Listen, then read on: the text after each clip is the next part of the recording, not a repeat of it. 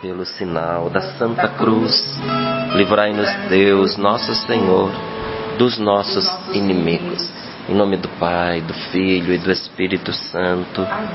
Amém. Salmo 34, versículos do 1 ao 10. Assim nos diz a palavra de Deus. Bendirei o Senhor em todo o tempo. Seu louvor estará sempre na minha boca. Eu me glorio no Senhor. Ouçam os humildes e se alegrem. Celebrai comigo o Senhor. Exaltemos juntos o seu nome. Busquei o Senhor e Ele respondeu-me e de todo temor me livrou. Olhai para Ele e ficareis radiantes. Vossas faces não ficarão envergonhadas. Este pobre pediu socorro e o Senhor o ouviu. Livrou de suas angústias todas. O anjo do Senhor se acampa em volta dos que o temem e o salva. Provai e vede como é bom o Senhor. Feliz o homem que nele se abriga. Temei o Senhor, santos seus. Nada falta a quem o teme. Os ricos empobrecem e passam fome, mas a quem busca o Senhor, nada falta. Mas a quem busca o Senhor, nada falta. Repito a você. Mas a quem busca o Senhor, nada falta. Palavra do Senhor. Graças a Deus. Graças a Deus. Bendirei o Senhor em todo o tempo. Nós precisamos louvar a Deus, gente, o tempo inteiro que Deus nos dá. Porque o nosso dia é cheio de coisas boas, mas o nosso dia também é cheio de perturbações, pequenas e grandes. É uma notícia ruim que você escuta, às vezes nem diz respeito diretamente a você, mas quando você ouve sobre uma situação que é incorreta, que é injusta, que é triste, aquilo deixa um ranço na gente, não deixa? Então são as coisas que a gente ouve. Agora, ainda mais quando dizem respeito a nós.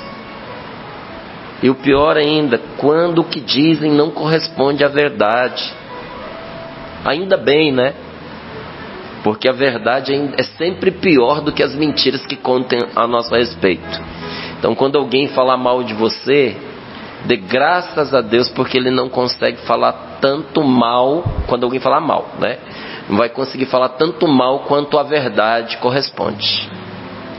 Porque nem sempre nós somos aquilo que as pessoas falam, mas em grande parte nós somos até piores. Mas quando a gente ouve alguém falando da gente, isso perturba o nosso coração. De muitos de nós perturba. É a ameaça de um problema que pode estourar a qualquer momento. É a expectativa sobre um futuro incerto. Como é que será esse bebezinho? Os médicos fizeram exames, está acusando alguns problemas. Oh, meu Deus, como será? Diga para mim se o coração não se enche de preocupações. E às vezes, numa viagem que você vai fazer, às vezes a loucura de uma pessoa estraga a sua viagem, não é? Ou até mesmo você acaba estragando a viagem de alguém. Então são pequenas situações, mas que vão se mesclando conosco no decorrer do nosso dia e nos perturbando. Isso eu estou falando das coisas mais sérias, mas e as outras pequenas que vão irritando? São os atrasos. A pessoa marcou com você, ela não vai. A pessoa assumiu um compromisso com você, ela não cumpre. E eu vou colocando todas essas situações para você ver que é muito fácil a gente passar o nosso dia na perspectiva da irritação. E por causa de coisas inúteis, vazias, pequenas, nós ignoramos o principal, o louvor ao Senhor por todo o bem que Ele nos faz. Porque se não fosse por Ele, nós não estaríamos vivos. Então, não permita que situações roubem de você o louvor do Senhor. Bendirei o Senhor em todo o tempo, nas circunstâncias agradáveis, mas nas circunstâncias desagradáveis. E louvar a Deus até pela coisa irritante, desconcertante, angustiante que nos alcançou, porque nós não sabemos de qual mal ela nos livrou lá na frente. Eu contava no Sorrindo para a Vida outro dia que eu fiquei impressionado que uma mulher deixou de ser atropelada fatalmente porque tropeçou e caiu antes de entrar na pista. Se não fosse aquele tropeção, o carro teria matado, porque na velocidade que ele passou, tirando um fino na cabeça dela, primeiro, não teria condições dela parar, e segundo, não tinha como se salvar. Então, poderíamos dizer, não é, entre aspas, porque não corresponde totalmente à verdade, que ela foi salva por aquele tropeção e por aquela queda. Foi fácil ver o resultado, porque o caminhão passou em seguida. Mas quantos tropeções te impediram que a vida te esmagasse? Quantas situações que deram errada para que no final desse certo para você? E que nós não sabemos, não conhecemos, mas que um dia nós vamos entender, porque a providência de Deus vai guiando a nossa vida. Meus irmãos queridos, nós somos muito frágeis, o ser humano é muito frágil. A nossa existência é pelo amor de Deus, que coordena todas as coisas, que harmoniza todas as forças para que a gente tenha vida. Você vê, um vírusinho é capaz de pôr em polvorosa o mundo, o que foi esse Covid. E olha, nem é lá aqueles vírus, o Covid. Foi entendido desde sempre como um vírus fraco. Mas olha o que ele fez, olha o arraso que ele causou, olha como ele transtornou o mundo. O mundo ainda não conseguiu recuperar o ritmo depois da Covid. Para você ter ideia do que é a fragilidade do ser humano.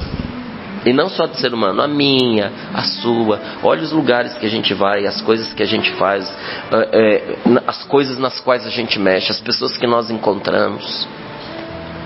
Não tenha dúvidas de que há um poder divino em favor da nossa vida e nos mantém na existência. Vou dizer de outra maneira: o Senhor é por nós, o Senhor está ao nosso lado. Então o seu louvor precisa estar sempre na minha boca.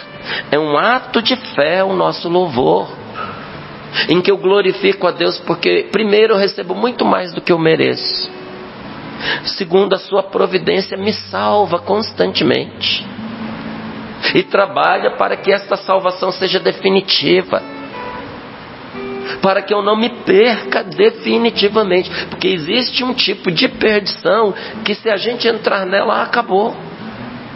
A gente entra numa condição que não é mais possível a nossa salvação, porque está perdido completamente. E Deus sente isso. Diz a palavra de Deus que Ele se revolve no seu íntimo pela possibilidade de nos perder, porque nos ama. E quem é aquele que pode fazer com que a gente se perca a contragosto de Deus? Ninguém pode nos fazer que a gente se perca a contragosto de Deus, a não ser nós mesmos. Por isso, olha, nós temos que aprender a voltar o nosso coração para Deus, a educá-lo para confiar no Senhor, senão nós vamos nos apoiar nas coisas que nos perdem. Eu me glorio no Senhor, diz a palavra. Ouçam os humildes e se alegrem. Celebrai comigo, Senhor, exaltemos juntos o seu nome. Por quê?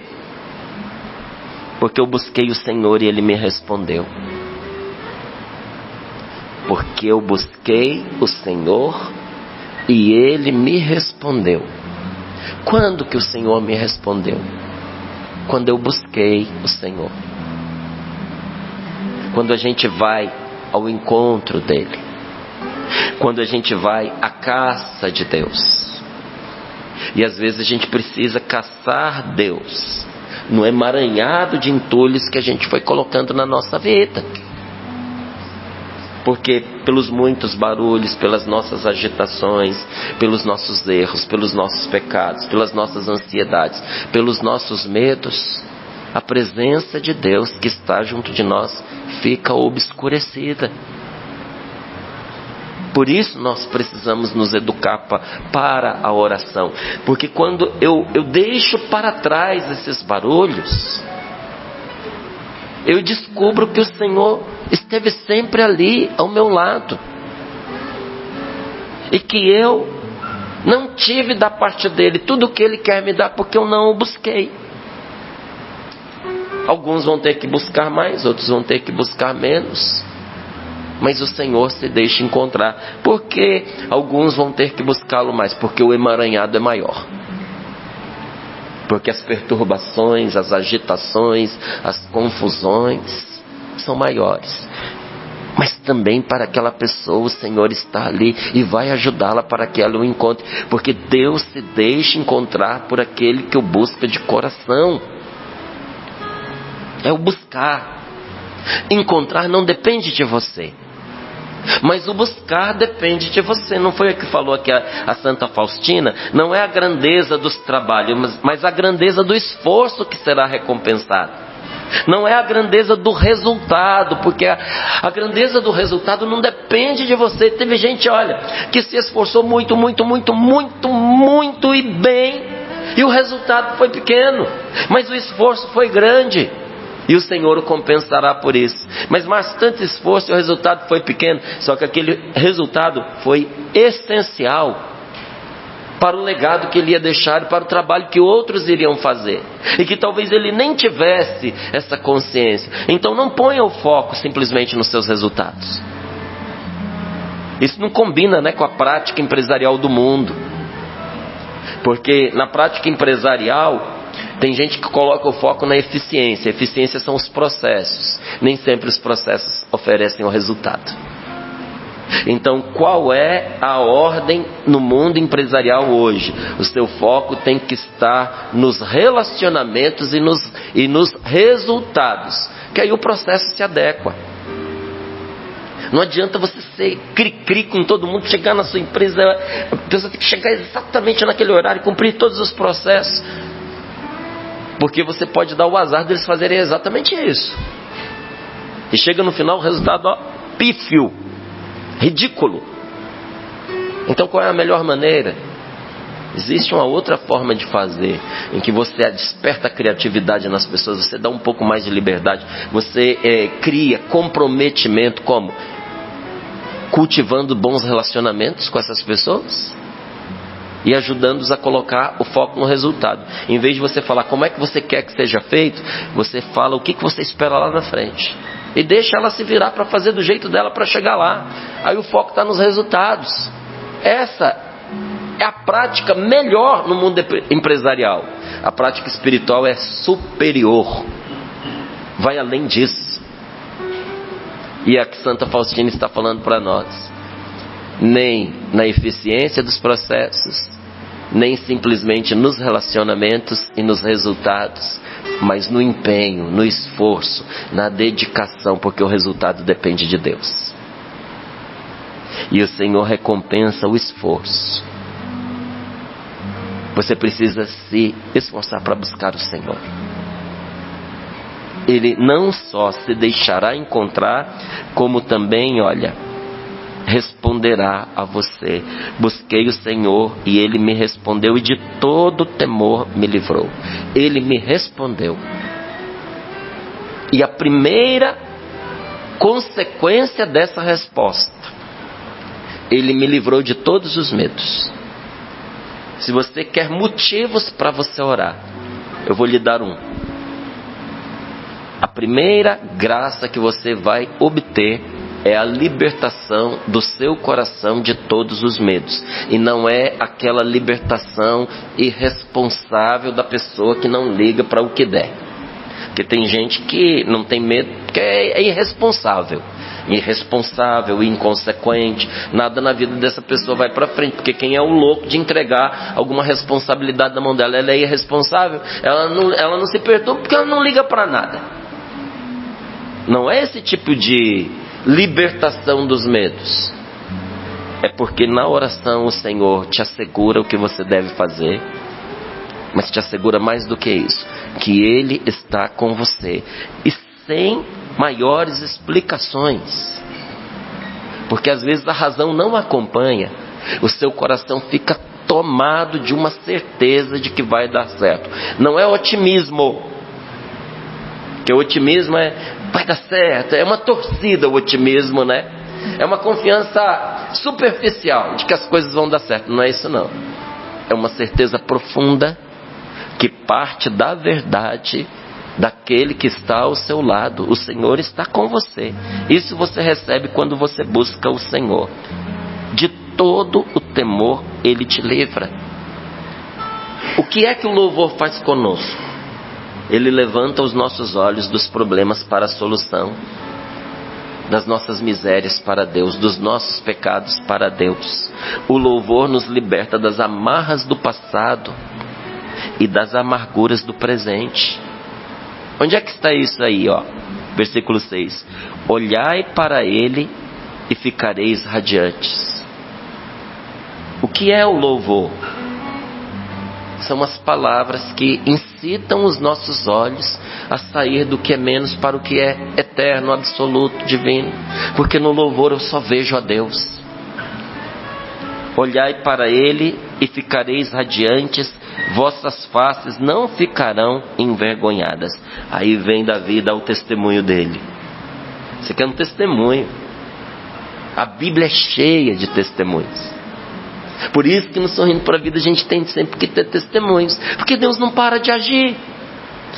E Davi dá o seu testemunho dizendo: este pobre pediu socorro e o Senhor ouviu. Gente, quem está falando é um rei, ungido de Deus, um rei vitorioso, cheio de sucesso, cheio de êxito. E como é que este rei se refere a si mesmo? O primeiro entre os seus. Ele era o primeiro entre o seu povo, entre aqueles que são seus. Quem era Davi? O primeiro de todos. Ele estava no topo. Como é que esse homem se refere a si mesmo? Este pobre pediu socorro e o Senhor o ouviu. Livrou de todas as suas angústias. Só quem se reconhece pobre é capaz de recorrer a Deus nas suas horas de angústias. Só quem se reconhece pobre dá a Deus o lugar que é dele, louvando mesmo em meio às suas amarguras. E só quem se reconhece pobre pode receber de Deus a graça da sua libertação. E naquela atmosfera de louvor, o que é que acontece? O anjo do Senhor se acampa em volta dos que louvam, em volta dos que amam a Deus, em volta dos que temem a Deus, e os salva. Provai e vede como o Senhor é bom. Feliz o homem que nele se abriga. Temei o Senhor, santos seus, porque nada falta a quem ama a Deus, nada falta a quem teme a Deus, nada falta a quem se reconhece pobre e se submete a Deus. Ontem nós terminávamos justamente falando sobre isso, que a impiedade é não querer se submeter a Deus, porque não se confia em Deus o suficiente para amá-lo e recorrer a Ele. A pessoa não reconhece a Deus como um pai amoroso. Então ela toma a decisão de tocar a sua vida, deixando Deus marginalizado. Não é que ela não acredita que Deus existe. Tem muita gente ímpia que crê em Deus, mas não se sente filha de Deus. Tem muita gente, os povos pagãos, eles eram ímpios, mas eles acreditavam em Deus. E tinham até medo de Deus. Não era de Deus, era de deuses inclusive. Mas não se sentiam filhos, porque não dá para se sentir filhos daquelas coisas que eles adoravam, e que eram ídolos, e que não correspondia à realidade do Deus vivo, verdadeiro, criador e amoroso. Então tem muita gente que acredita em Deus, mas que não se sente filho de Deus, e põe Deus numa classificação que nunca ocupa o primeiro lugar da sua vida. O que é você ser ímpio? É você colocar a Deus em segundo plano, na periferia da sua vida. Às vezes como um recurso que você só busca quando você precisa demais. Mas esse tipo de relacionamento não gera confiança. Então você não consegue buscar a Deus e ficar tranquilo, sereno, na hora das suas angústias, porque o relacionamento com Deus não foi um relacionamento de confiança. Não sente que vai ser atendido por Deus, porque não se sente filho. Trata Deus como um empregado trata o seu patrão, bajula para conseguir alguns favores, mas não se sente herdeiro. Quem é filho tem outra postura. Sabe que o que pede ao pai vai receber, porque é fruto inclusive da sua herança. Quem não se sente filho, bajula, tira proveito, rouba às vezes, e faz o que dá na cabeça, porque não acredita que Deus vai orientá-lo para aquilo que é o melhor para ele. Dessa postura nasce tudo o que não presta. Diz a palavra de Deus e a experiência dos homens santos, das mulheres santos, que a impiedade é a raiz de todos os males. A gente não se sentir amado por Deus, a gente não viver como um filho de Deus, faz a nossa vida se tornar uma fonte de males, gente.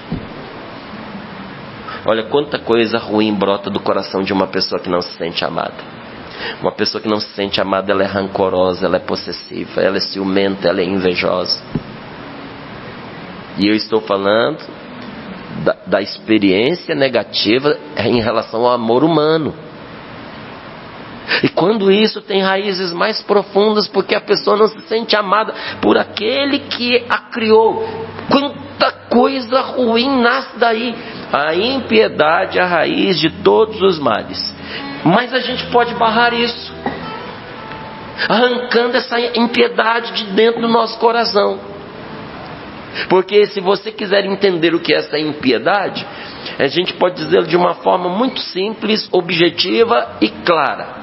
A impiedade é a recusa de glorificar a Deus, é a recusa de reconhecer Deus como Deus, é a recusa de dar na sua vida a primazia para Deus. Eu sei o que o Senhor quer, mas eu faço o que eu quero e não o que Ele deseja. Eu sei que Deus é Deus, eu sei que tem os mandamentos, eu sei que tem a Bíblia, mas eu vou fazer aquilo que a minha intuição manda. Porque no final das contas, quem garante que tem uma vida eterna? Então vou me assegurar com aquilo que eu estou vendo que existe, que é essa vida aqui. Então eu vou fazer o que eu bem quero. Esse tipo de comportamento é uma recusa frontal de glorificar a Deus. É um pecado, porque rompe o nosso relacionamento com Deus. E o pecado é a causa de todos os males. Para ninguém ficar chocado comigo, não é? Vou pôr a culpa no Santo Agostinho. Santo Agostinho dizia que o motivo de toda a nossa tristeza é o pecado. O pecado é o motivo da nossa tristeza. O pecado é o motivo das nossas depressões. O pecado é o motivo das nossas enfermidades. E não é só o Santo Agostinho, a palavra de Deus, no livro da sabedoria, diz que por causa do pecado, do diabo, a morte entrou no mundo. E como é que a morte entra no mundo, gente? Pela debilidade, pela deficiência, pelas enfermidades, pela caducidade que nos leva à morte.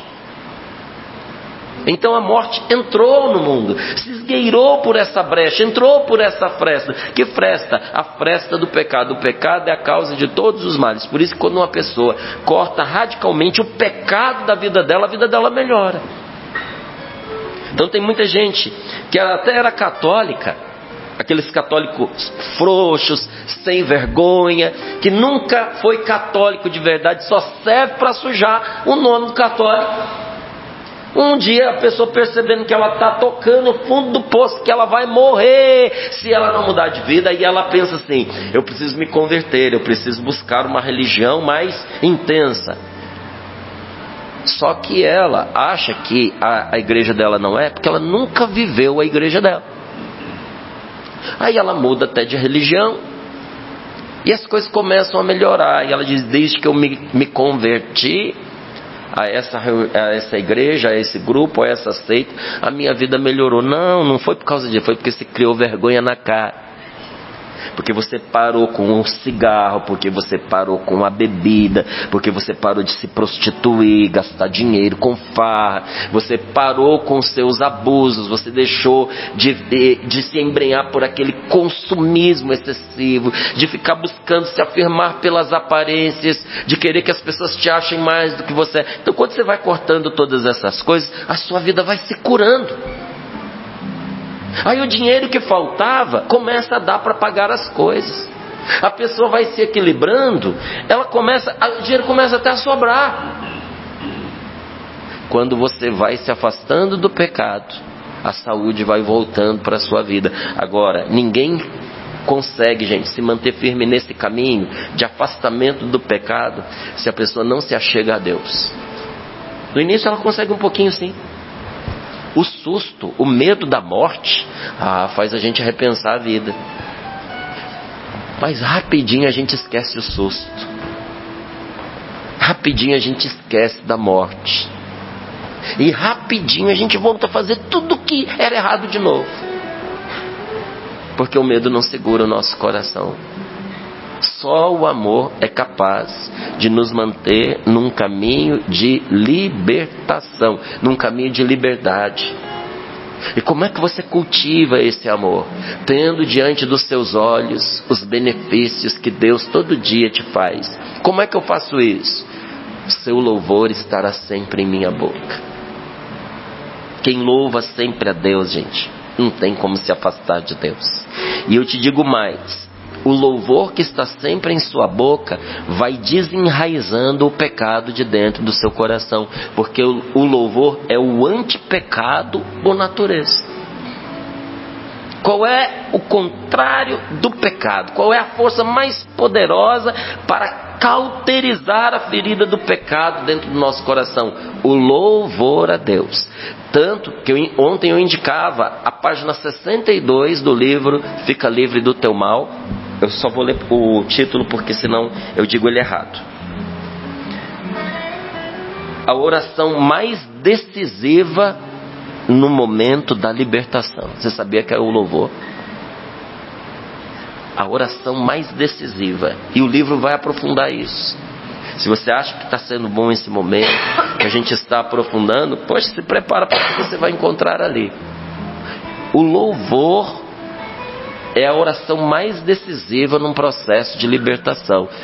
Como é que você está dizendo isso, Márcio? Porque em situações que nem o exorcismo conseguiu arrancar o demônio da pessoa, um grupo em oração, louvando a Deus em favor dela, obteve essa graça. Muitas vezes o padre, depois de realizar o exorcismo, o que ele faz ali junto daquela pessoa? Duas coisas que o espírito diabólico odeia: rezar o terço e louvar a Deus, cantar os louvores do Senhor.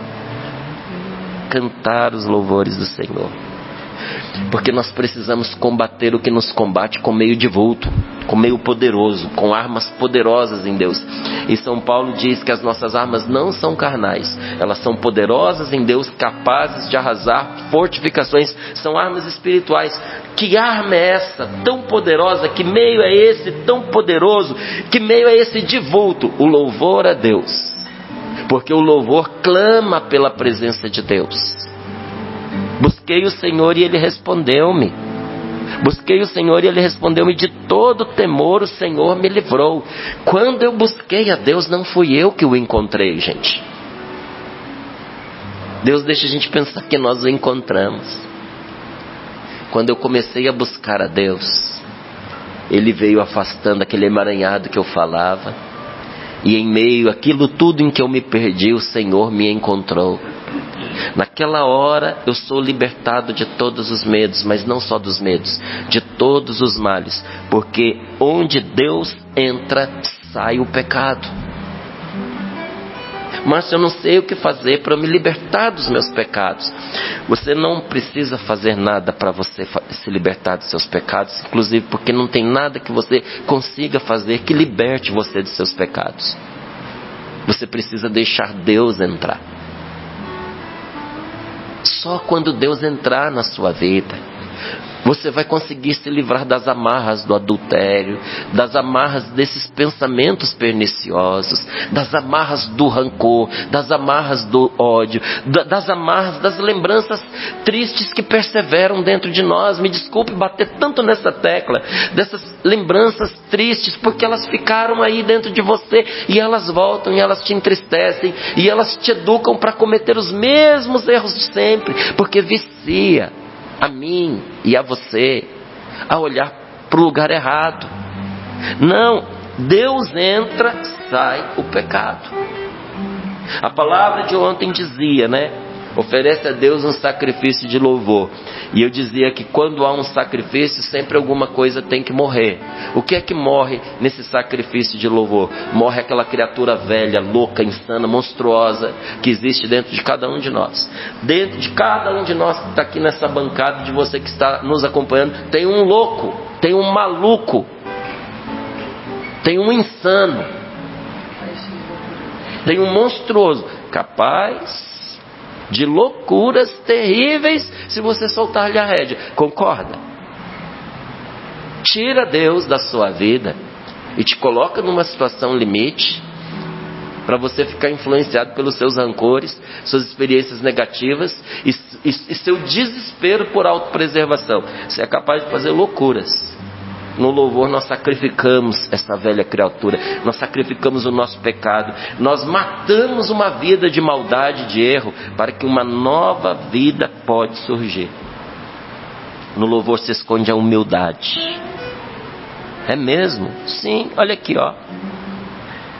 Este pobre pediu socorro e o Senhor o ouviu. Quando nós louvamos a Deus, gente, a gente se dá conta de que as grandes vitórias na nossa vida, mesmo nos tempos em que nós estávamos perdidos dele, não aconteceram sem ele. Então eu fico humilde. Você já viu que a nossa experiência de encontro com Deus, para valer, vem sempre depois de tempos de escuridão na nossa vida? De dores, de sofrimentos. Para que a luz da presença de Deus não se confunda com aqueles nossos insights, com aquelas nossas luzinhas tremulantes sem vergonha que não iluminam nada. Quando Deus chega naquele momento de dor, naquele momento de salvação, ninguém precisa nos dizer, a gente sabe que é Ele. A gente faz que nem Pedro, a gente pula na água e diz, é o Senhor. É o Senhor. No louvor se esconde a humildade. E não há nada que não possa na nossa vida ser transformado em motivo de louvor. Você pode louvar a Deus inclusive pelo seu pecado. Nossa, Márcio, sério? Sim, Senhor, sério. Não é você louvar porque você pecou, porque isso é abusar de Deus, é debochar de Deus. É você louvar porque mesmo tendo feito o que você fez, Deus não desesperou de você. Deus não desconfiou de você. Deus não te desamou. Deus não te desprezou. Deus não te abandonou. Mesmo quando você o largou, Ele continuou em seu favor. Por isso tudo, bendito seja o nome do Senhor. E nenhum motivo é maior do que este, porque Ele transformou o meu mal em bem.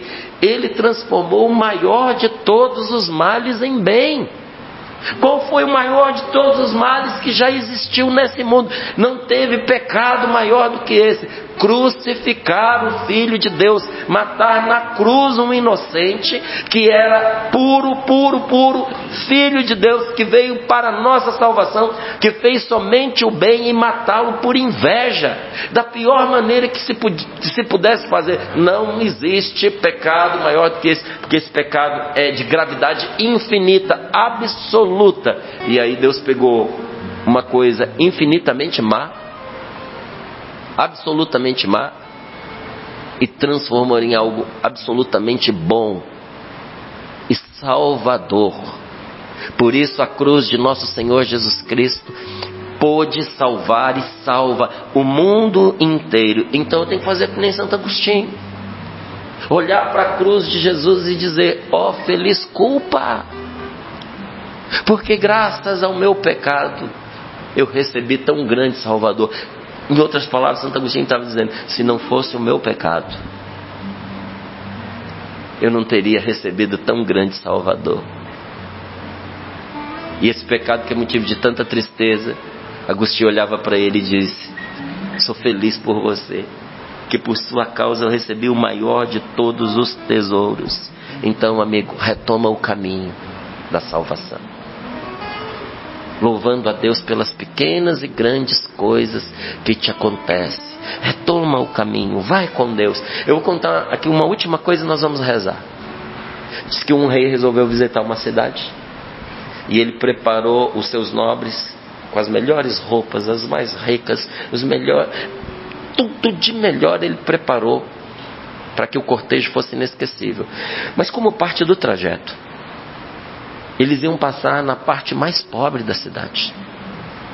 E a notícia correu, e era a primeira vez que aquela gente ali, naquele vilarejo, teria a possibilidade de ver algo tão majestoso cruzando as ruas de sua cidade. Era um espetáculo a céu aberto, gente. Era mais do que um teatro, porque eram roupas de veludo, de cetim, eram brilhantes, era ouro, era aqueles cavalos limpos, penteados, lustrados. Era o céu aqui na terra. E na hora que a comitiva veio chegando, tinha 2 mendigos que estavam afoitos, porque eles estavam loucos para poder ver aquilo que eles nunca tinham visto. Eles não podiam nem chegar perto do palácio, e eles ficaram tão embasbacados que na hora que a comitiva estava vindo, eles se dividiram. Um ficou de um lado e o outro ficou do outro. Um deles foi tomado de um rancor e de um ódio, e começou a gritar: ô majestade, olha para você, olha para nós, aqui é lugar para o senhor passar? Isso é uma provocação. A gente aqui na indigência, e o senhor desfilando ouro, desfilando cetim, esses tecidos, por que o senhor não olha pra gente? E praguejava, e xingava, e um general já estava para poder cortar a cabeça dele fora, e olhava pro rei com a mão na espada, tipo assim: balança a cabeça que ele perde a cabeça. E o rei fazendo que não, porque ia ser um escândalo, ia ser ruim, era um dia de festa. O outro mendigo ficou tão encantado com o que viu, que ele não tinha palavras para poder falar. E absorvido por tanta beleza, ele entrou no meio do desfile e começou a desfilar junto lá, marchando, toda fedendo, imundo, maltrapilho. Os soldados vieram e tiraram ele. Ele voltou. Tiraram ele, ele voltou. Tiraram, deram umas bordoadas nele e ele voltou. Aí o general disse: majestade, tem uma situação pior do que esse daqui que está gritando. Tem um mendigo que ele está estragando o cortejo. Ele entra aqui, a gente tira só se matar. O outro talvez, esse é que a gente precisa. Aí o rei disse: não, ele não sai, não sai, a gente tira ele e volta. Pode matar, porque senão ele não vai deixar de ver. Então faz o seguinte, meu filho. Pega esse moleque, tira ele daí, joga uma água nele, lambuza ele aí com sabão, enche água, põe uma roupa nele, tem roupa aí, põe uma roupa nele que pelo menos ele fica disfarçado de nobre aí. E ele foi todo pomposo, bonito, desfilando naquele cortejo celestial. Quem é você? É daquele que se encanta com as maravilhas e é absorvido por elas? Ou é aquele que se perde nas murmurações, porque odeia o que está além da sua realidade? O louvor põe a gente no lugar que a gente deve estar, gente. Senhor, nós te pedimos esta graça. A graça de parar de murmurar e começar a louvar. Senhor, eu reconheço aqui diante desta palavra que o louvor cria um estado de espírito, cria um estado de ânimo que envolve tudo à nossa volta, que transforma as nossas misérias num grande cortejo, que abre espaço para que avance na vida de cada um de nós o Rei da Glória. Senhor, eu quero diante desta palavra reconhecer que o Senhor deu a esta oração o poder de mover a tua mão. O louvor move a mão de Deus.